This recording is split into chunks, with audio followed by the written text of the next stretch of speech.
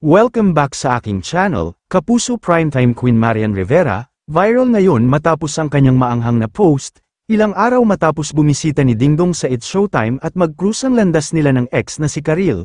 Nagselos nga ba si Marian? Panuurin at pakinggan ang buong detalye.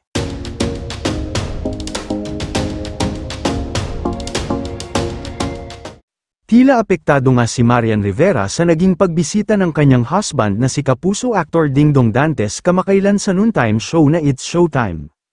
Bumisita kasi ang aktor para i-promote ang kanilang pelikula ni Charo Santos Concho, at sa pagkakataon nga na yun ay present ang host na si Karil sa nasabing show.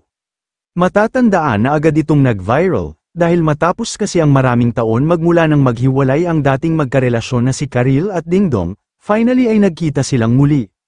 Kung matatandaan walang naging interaction ang dalawa nang magkita, hindi rin napabalita na nagkausap sila off-cam.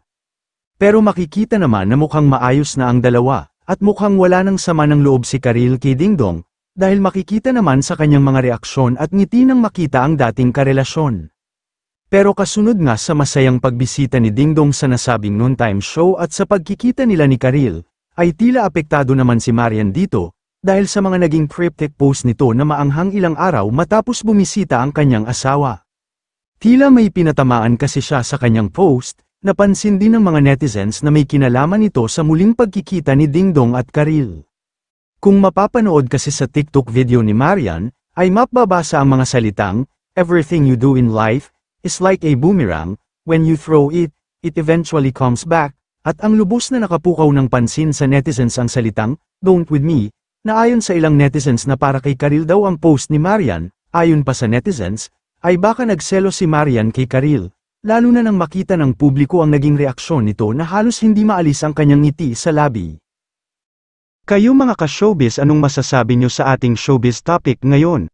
Kung may opinion kayo ay magkomento lang kayo sa aking comment section.